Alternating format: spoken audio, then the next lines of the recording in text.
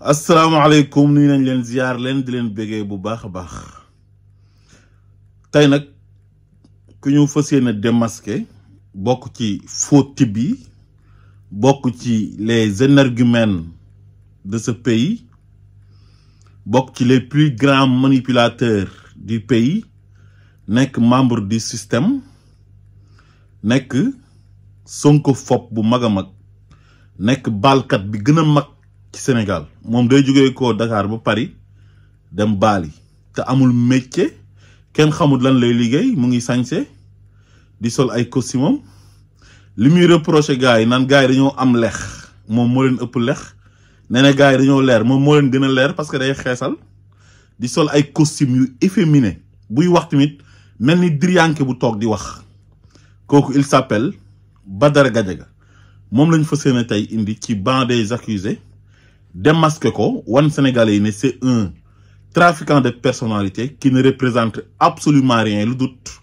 am làmmiñ bu saf làmmiñ bu rëy doon taxawaalu ci bureau waa système bi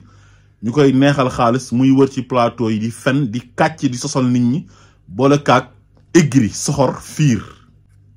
léegi nag dañuy arrière tuuti rek wan leen pas gulu gulu borom faux diplôme bi di BFM nga xam ne BFM sax amu ko def faux usage de faux te loolu war nañ ko cay topp ci yoon parce que dafa am benn liggéey bu mu doon ut liggéey boobu dañuy exiger pour nga am minimum BFM mu ñëw indi BFM boo xamante ni BFM mu jàmbur la falsifié ko ñëw joxe ko di ci liggéey kon loolu faux et usage de faux la donc kon ay mbiram war nañ ko lijjanti léegi ki nga xam ne moom xam-xamam dafa màcc jëm ci wàllu ñi nga xam ne dañuy naan sàngara di fecc naan gulu gulu moo tax sénégalais yi découvrir woy boobu xam lan la xale boobu noonu di woy xale boobu dëkk Grand Yoff moo ñu ko faram fàcceel defe naa ne bu yemoon ci loolu rek mu neex waaye dafa bàyyi spécialité muy wàllu mband wàllu baal ba pare ñëw ne day wax ci wàllu politique nekk mercenaire ñu koy fay muy wër di sosal gor ñi di leen fenal boole kaak jalousie boo xamante ni jalousie bu jéggi dayoo la te ñi muy xas ñooñu ñoo ko gën duñ moromam ci parcours duñ moromam ci njàng duñ moromam ci jikko ñoo ko gën lépp li tax ma ne ñoo ko gën lépp moo yàlla moo wax ci alxuraan ne yaa yoon naas inna xalaqnaakum min zakarin wa unsa wa jaalnaakum shuuban wa qabaila li taarafu inna akramakum inda allahi atqaakum ki gën ci yéen mooy ki gën a ragal yàlla te Ousmane Sonko moo la gën a ragal yàlla gën laa jub parce que parcours atypique bu mu am dans l'administration moo président Diomaye ak ñi ëpp ci gouvernement bi nii yow amoo ko sa jàng soriwul baalkat nga te ñoom duñ baali mbandkat nga te ñoom duñu mband xeesalkat nga te ñoom xeesaluñ ay yëre yu efféminé ngay sol yëre góor jigéen te ñoom duñ ko sol booy wax tamit sa baat bi dafa efféminé nga mel ni jeeg buy wax te ñoom duñ waxee noonu ba pare ñoo la dàq jaamu yàlla gën la ragal yàlla parce que fañ nekkoon dañ doon gérer ay milliards di ko dugal ci keesu réew mi te mosuñ see sàcc dara kon ñoo la gën a jub gën laa màndu te yow alalu ger ngay dundee ger rek ngay dundee parce que li ngay wax ni nekkul yow kenn yaa tax nga koy wax beneen bi mooy ñoom am nañ métier parce que ay experts fiscaux lañ maanaam kenn ku ci nekk expert fiscal nga Diomaye ak Ousmane Sonko mais yow wax ñu ban métier nga am lan ngay liggéey loolu laa bëgg nga wax ñu léegi nag ni ñuy def mooy dañuy ñëw tegal leen fi mu doon saagaa Youssou Ndour d'abord saaga na fi Youssou Ndour ba mu tooy xepp doon ko yàq lu mel ni xeme te tey ma ngi ca télé Youssou Ndour ba toog ci émission jàkkaarloo ñu jox ko opportunité muy dal ci kaw Ousmane Sonko ak Diomaye tous les vendredis kon ñu déglu wax yu ñaaw yu mu doon wax Youssou Ndour ñu dellu siwaat Youssou Ndour nim ñu woree man déception mënul gën a metti ni ñu Youssou Ndour def parce que man li ma metti mooy man damaa fekkee Charles Faye moomu ndeysaan ma dégg démb mu ni musul votel Macky Sall te du ko def parce que dafa fekkee moo doon représenter Youssou Ndour dans le cadre du M23 des fois Youssou Ndour ñëwal boppam li ñu daj Charles Faye xam na ko Charles man Badara Gadiaga maa lay fàttali hôtel Fana xaaju guddi ñu nekk di réunion falaa yam gis nga Futurs Médias toll nañ foo xam ne sax danañ wax bi ñuy xeex ak Ablaye Wade ñun yiñ doon toogandoo yépp di waxtaan non jot na sax ñu teg ci table ji lépp parce que Youssou Ndour bu demee banaan ñu ku fi génn ñu dal sa kaw mais àdduna moo mën a dox Youssou Ndour moo ñu naan ñun ku fi génn danañ dal sa kaw mais c'est très grave. Je disais man Youssou Ndour mais da ngeen fàtte ni ñun ñoo signé pétition pour TFM am ñun ñoo signé pétition pour TFM am mais ni ñu Youssou Ndour def amul lu ko gën a ñaaw amul lu ko gën a ignoble amul lu ko gën a bon Youssou Ndour mooy dem banaan ñu ci yéen ku fi yëngal ñu jëflante kook yow Youssou Ndour moo ñuy menacé ñun avec tout ce que le Sénégal a fait pour Youssou Ndour nee naa leen c'est le plus grand artiste de l'Afrique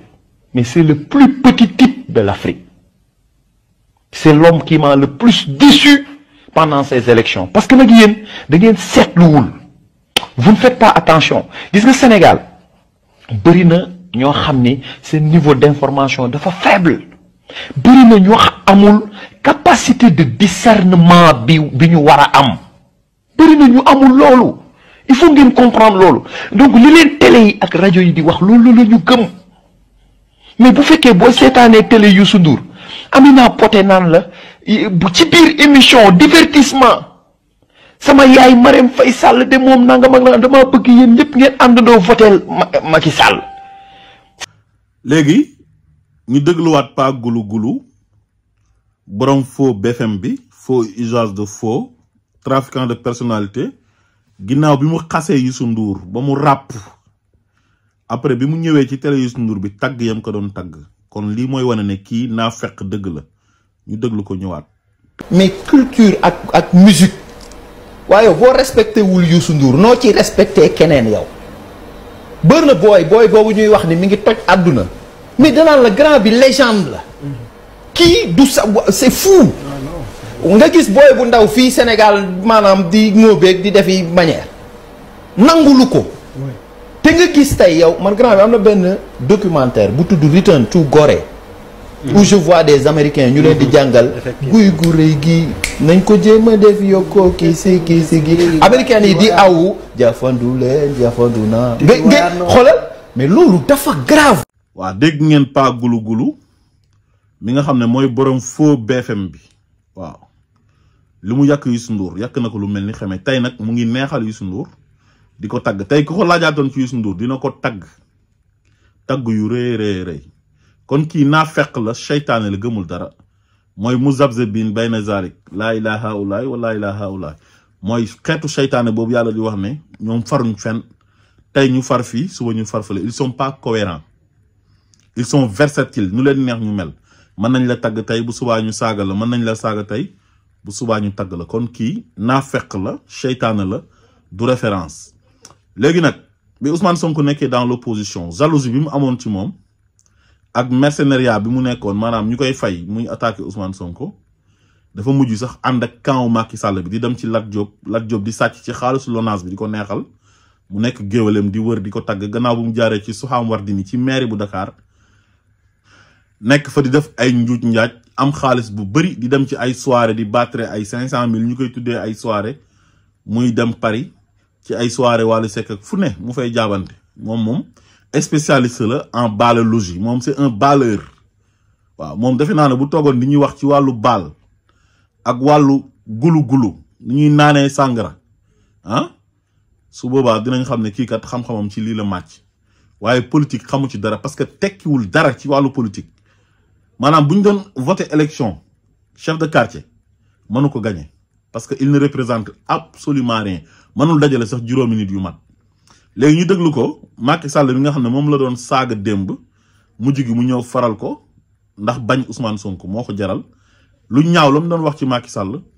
mu ñëw di wax loolu Ousmane Sonko ak Diomaye léegi ñu déglu lu mu doon wax ci Macky Sall démb ñu ñëwaat. Macky Sall tey ngañaayam gii mu naan ngañaay la foqateem gii mu naan ngañaay la Sénégal dafa mekk ci mel ne lu nekk ci dëj mel ne lu nekk ci dëj mel ne ay nit dañu am naqar parce que dañu confisquer seen vote loolu nag moo ko jaral tey muy xoqatal di tëj ak di vraiment def ay ñaawteef yoo xam ni intimidation yi weesu na ko dafa passé carrément à l'acte bi ñu boolee loolu lépp nag ñu gis ni li waa APR di def ci ñaawteef gis nañu fi ndawu APR yu àndandoo dem ba buntu palais de la République yaakaar naa bu ñu naan sacralité ak lieu boo xam ni war nañ koo respecter palais fa la sacralité xëy na yam ñu taxaw buntu palais ba di joxar bi ay xeer di dóorante ci biir palais ba di xeex ba ñenn ñi di taal ci buntu palais ba mais nous vous demandons monsieur de la presse ndax gis ngeen kenn ci ñooñu ñu arrêté ko tey c'est clair net et limpide que Sénégal nous vivons maintenant dans une dictature te loolu duñu ko seetaan dem fekki suñu frères yi ak suñu sœurs yi kaso moo ñu ko gënal li waral nag déclaration bii mooy harceler ak topp gi ñu président Macky Sall di ñu topp di ko xoqatal ak di def lu ñaawteef diggante mook opposition bi bu dakkul dans les meilleurs délais nous la jeunesse de l'opposition du Sénégal nous allons rappeler à un rassemblement national des forces vives de la nation à la place de la nation muy place de l'obélisque ñuy woo sénégalais fépp foo nekk ci Sénégal nga jël ci kaar yi ñëw fekk ci ñu taxaw def rassemblement pacifique fi nga xam ni mooy place de la nation pour xamal Sénégal ak àdduna li nga xam ni moom la ñu nekk di dunde tey. Macky Sall dama ko yërëm parce que je pense que dafa xamul ni am na vie bu am après le pouvoir Macky Sall, je pèse bien mes mots, risque d'être le premier président de la République du Sénégal à faire la prison après son mandat présidentiel. Qui n'a rien que dugg kaso comme président Sénégal après être président, c'est Macky Sall. Loolu man dama ko gëm dama ci am yaqin. Jëf Macky Sall nit kese la du dara ñun ak moom ñu doon nekk M23 du dara peur bi ci moom la nekk parce que moom ak ay njabootam billahi wallahi buñ deful nànk ils vont croupir en prison ndax ay ñaawteef yu ñu def ci Sénégal donc jarul ngeen leen di ragal génn leen ñu défendre le Sénégal. waa dégg ngeen nag lu mu wax ci Macky Sall kon kii mooy li ma leen wax rek naa fekk la seytaane la gëmul dara gis nga gor dëgg sa ay waxu daaw ak sa ay waxu ren buñ ko méngalee dafa war a nekk benn waaye doo gor waaye ñun nga fi fekk de su fekkee làmmiñ bu rëy ngay jaay ëppoo ñu làmmiñ te ñun ëpp la woo ñu dara parce que ñun ñoo la ëpp vergogne ëpp la probité morale maanaam ñun jikko yu rafet yi ñu amee jikko yooyu nga xam ne moom la yonent bi waxoon ne innama bu'ustu li utammima makaarimal axlaaq ñun moo nekk ci ñun mooy jikko yi yàlla taggee woon yonent bi sallallahu alayhi wa sallam ne ko wa innaka la ala xuluqin azim moo nekk ci ñun ak suñu leader di le président Ousmane Sonko et le président Bassirou Diomaye Faye son excellence parce que ñun dañuy xeex rek te yàlla tax dañoo ànd ak Ousmane Sonko dans l'opposition di ko jàppale ba mu proposé Diomaye ñu fal Diomaye Ousmane Sonko nekk premier ministre ñu ànd di accompagner projet bi te kenn fayuñu dërëm kenn neexaluñu yow nag dañ lay fay mercenaire nga ngay dem ci plateau yi di fen di sos di kàcc kon yow kàcckat nga fenkat nga ñun ñoo la gën a digne ëpp la classe ëpp la personnalité ba pare gën la rëy làmmiñ dàq la wax ëpp la xam-xam parce que sa bopp bi dara nekku ci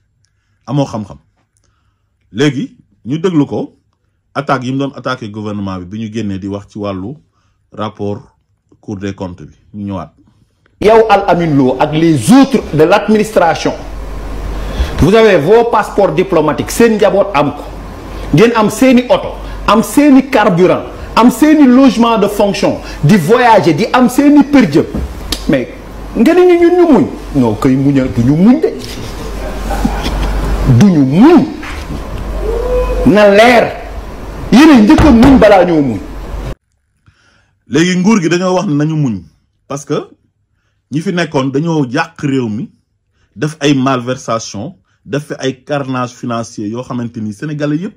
liir nañ ko ñu mënta liir faram fàccal nañ leen ko ci olof ñu xam scandale yu bon yu fi Macky Sall nekkee woon moom nag dafa bokk ci ñu bon ñi nga xamante ni ñoom ñoo jiite woon réew mi parce que ñoom la doon àndal daf leen xarit ñuy sàcc xaalisu réew mi di ko ci neexal kon kii se ressemble s'assemble te lafañ borom mbaam lay àndal comme ni koy olof di waxee ngeen baal ma waaye loolu expression olof la léegi nee na ñun muñuñu ba pare nee na waa nguur gi seen lex yaa ngi génn ñu ngi leer ñu ngi dawal ay oto yu rafet ñu ngi am passeport diplomatique ñu ngi takk ay jabar ñu ngi ngénte yow muñ bi ñoom niñ ko waxee ak yow niñ ko interpréter di def manipulation du benn li tax ñu ne nañu muñ mooy ñii dañoo yàq réew mi ba ñu kaa redresser dina métti loolu moo waral ñu ne muñ leen waaye muñ leen bi du dañuy bañ a jox nit ñi ñu lekk wala dañuy bañ a fay ay salaire parce que ñii ay jàmbaar lañ ñii lu ñu fekk ci réew mi bu doon keneen koo xam ne du jàmbaar duñ fay salaire parce que Macky Sall xaalisu réew mi yëpp la dajale sàcc ko moog ay xaritam def yëfu bandi c'est du banditisme d'état li Macky Sall def sa classe gi nag ñoom ñooy toog Macky Sall ñëw ruiner Sénégal toroxal Sénégalais yi sàcc seen ay milliards nga ñëw di leen faral parce que da ngaa bokk ci traître yi te traître ci deret lay nekk te yow da ngaa donn traître si sa deret la traître nekk parce que tu es un traître de classe exceptionnel moo tax nga mën a ànd ak ñoom Macky Sall di leen jàppale au détriment de Sonko et Diomaye yi nga xam ne duñ sa moromu baay parcours bi ñu am wax naa la ko sànq amoo ko ñu ngi yore nguur gi di doxal loo xamante ni yow amoo capacité bi parce que amoo BFM ku jàngul mënul yore réew te yow jàngoo yow BFM da ngaa dem nga falsifier ko faux usage de faux nga def léegi ñii nag ñoom am nañ xam-xam jub nañ sénégalais yi dénk nañ leen réew mi te bi ñu toogee ba léegi ak fi ñu fekk réew mi ci ay jafe-jafe ñu ngi def seen kamtalaay kàttan te dinañ ko redresser dañoo wax sénégalais yi ne leen nañ leen muñ ñu ànd jàppalante pour malversation yi fi Macky Sall def ak nërmeel bi Macky Sall nërmeel réew mi ñu jéem a fexe ba génn ci parce que Macky Sall bàyyi na fu boru 99 virgule et quelques %, maanaam dépassé na seuil bi nga xamante ni moom la ko waa UEMOA wax na ko doo ko dépassé muy 70%. donc 18 000 milliards de dette moom lañ am taux d'endettement bi dafa élevé ba jéggi dayo daanaka jege na 100%. kon sénégalais bu nekk di nga fay 1 million loolu lu métti la moo tax mu wax sénégalais yi ne leen na ngeen muñ waaye suñu naan muñ leen sa classe gi nga xam ne ay traître lañ bokkuñ ci ñu tax ñu naan muñ leen. léegi yow ngeen gars yi ñu ngi takk jabar ñu ngi am ay lex ñu ngi am ay passeport diplomatique ñu ngi am ay oto yu tooy loolu da nga leen ko iñaane parce que ni nga ko waxee da nga dem sax ba sa fi fin bi sax da nga mel ni ku doon saaga ku doon waaje saaga te boo saago woon ñu jàpp la noq la ci kaso bi ba nga xam ne lépp dëgg la injure publique pour injure publique soo nekkoon góor nag da ngay saaga ñu xam ne góor nga procureur oo la nga ñëw mu noq la ci kaso bi comme ni mu noqee woon sa ay morom ay Sonko fop ci kaso bi reewaan na ngeen di jaay ak insolence ak xamadi ak soxor billahi dinañ ko defante gin ba mu saf sàpp parce que dañoo taxaw ne dañuy defar réew mi ngeen taxaw ne réew mi du fi baaxee kenn du ko fi defar pour ay lan ay règlement de compte personnel Ousmane Sonko damaa bañ Diomaye réew mi du baax te sénégalais yi tànn leen na ñii ñooñu doy teg leen ci bopp réew mi ngeen ne du ngeen respecter la volonté populaire ngeen ne ay jullit ngeen du ngeen respecter la volonté divine ñun ngeen fii fekk ñun ñooy waxal Ousmane Sonko gratuitement te kenn du ñu fay ñun ñooy waxal président Bassirou Diomaye Faye gratuitement te kenn du ñu fay ñun ñooy waxal sénégalais yi gratuitement te kenn du ñu fay parce que ñun dañuy liggéey di ñàkk te li ñuy am doy nañu. léegi nag soxor moo tax nga ne ñii waruñoo leer waruñoo am ay lex waruñoo dawal oto yi rafet waruñoo takk ñaareel mais ñaata nit ñoo nekk Sénégal takk ñaareel te amuñ sax luñ joxe dépense dañuy taxale man gis naa ñoo xam ne yor nañ ñeenti jabar te amuñ xaalis yaakaaruñ dara dañuy taxale rek mais ñaata nit nga gis ñu leer naññ te nekkuñ dañoo yore xaalis ñaata nit nga gis ñu am ay lex comme sama classe gii te amuñ xaalis léegi nag yow da nga leen di iñaane seen passeport diplomatique bay tudd passeport diplomatique parce que xañ na temps yi Macky Sall amoon nga ko te nangu nañ ko te doo ko amaat tànk ñii ñu ngi fi parce que doo diplomate tekki woo dara lex yi ngi leen di reprocher yow am nga ay lex yaa ngi xeesal yaa ngi sol ay yëre yu rafet léegi wax ñu fan nga jëlee yow xaalis bi ngay doxantoo wax ñu lan mooy seen métier lan ngay liggéey yow ñii ñoo la gën parce que ñii ñu ngi liggéey ñii ñu ngi hérité un pays en ruine te fay nañ baykat yi milliards yu ñu leen yore loon fay nañ étudiants yi nekkoon master 2 rappel leen fay nañ lu ñu yore loon ay hôpitaux Sonacos yi nga xamante ni benn marché wu ci woon usines yëpp a tëjoon ñoo nañ ubbiwaat usines yi jël ay milliers de personnes ñuy liggéeyaat ci ñii ñu ngi recruter ay enseignants 2000 enseignants ñii ñu ngi waaj a ubbi ay Sonadis pour dund gi yomb ñii def nañ 53 milliards ci dund gi pour subventionner ceeb diwlin suukar meew café ngir mu yomb ngir sénégalais yi mën a am dund goo xam ne dund gu ñoŋ lay doon. prix bi ñu doon jëndee gerte gi Macky Sall mu ngi ko doon jëndee 280 francs booleeg chinois yi di ñëw tamit ñoom di jënd lu ñuy tuddee mbapat baykat yi di mbapat seen gerte gi parce que dañ daan xaar nguur gi ba sonn ñu leen di jox ay bons impayés ñu toog di xaar lu yàgg loolu moo tax ñu daan mbapat gerte gi di ko jaay chinois yi waaye loolu nguur gu bees gi bi mu ñëwee def na loolu dootu fi amati ñoom ñoo koy jëndal seen bopp comme lu amoon bu njëkk ba pare ñu yokk prix bi jëlee ko ci 280 yu fi Macky Sall bàyyi woon yóbbu ko ci 305 donc yokk nañ ci 25 francs loolu nguur gii nii ñoom ñoo ko def. nguur gii nii en 10 mois yóbbu nañ électricité ci 19 villages yoo xamante ni amutoon courant ñu ànd ci ak ASER agence sénégalaise de l'électrification rurale dirigée par un jeune qui s'appelle Jean-Michel Sène xale bu ndaw kon nguur gi nii defe naa ne mën nañ leen waxal leneen lu dul liggéey parce que lu ñu réaliser en 10 mois nit toog na fi 5 ans réaliser wu ko waaye lu mu doon def mooy di def ay faux usage de faux di falsifier ay chiffres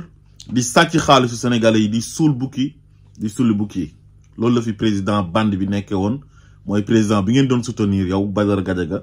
muy Macky Sall. kon ñii duñ sa morom duñ sa moromu baay te duñ mas a nekk sa morom ba àdduna bi di tukki xam nga lu tax may wax ak yow nii parce que tu es un traître. parce que da ngeen di taxaw nit ñi ne dañuy defar Sénégal mu baax